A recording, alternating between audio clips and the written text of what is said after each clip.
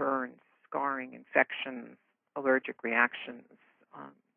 We've seen in this industry burn to scalps, things like that. But any type of claim that is brought forward for someone saying that they were injured during a service you provided.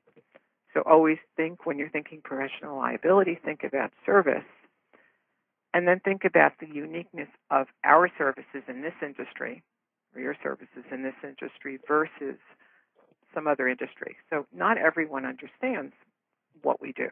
So they may not understand what goes on during a coloring procedure or during an aesthetic treatment, during a skin facial. So we want to be able to understand what the service is that we're providing, so that when you're speaking to someone about providing professional liability for your business, they understand exactly what it is you're talking about. And that's where we find this to be such an issue.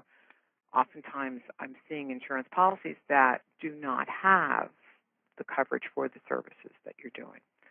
So you want to be sure that when you're talking to the person who's providing the coverage for you, that they understand exactly what it is that you're doing, so that you can get the proper coverage. Now, the property damage portion of this might be spill on clothing. I've had someone who stepped on someone's contact lenses, things like that. So that while that's not a major claim, those are just to illustrate the type of things that can happen with professional liability claims.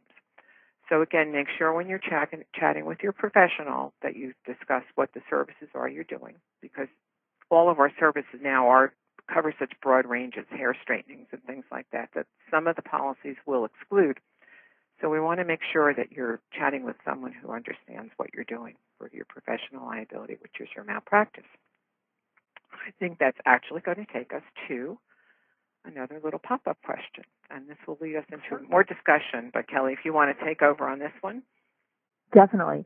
And just a quick question on that last slide. Sure. So you're saying that what you've seen is people who have purchased this type of professional liability insurance, and then they go to submit a claim, and it turns out that what they purchased doesn't cover it.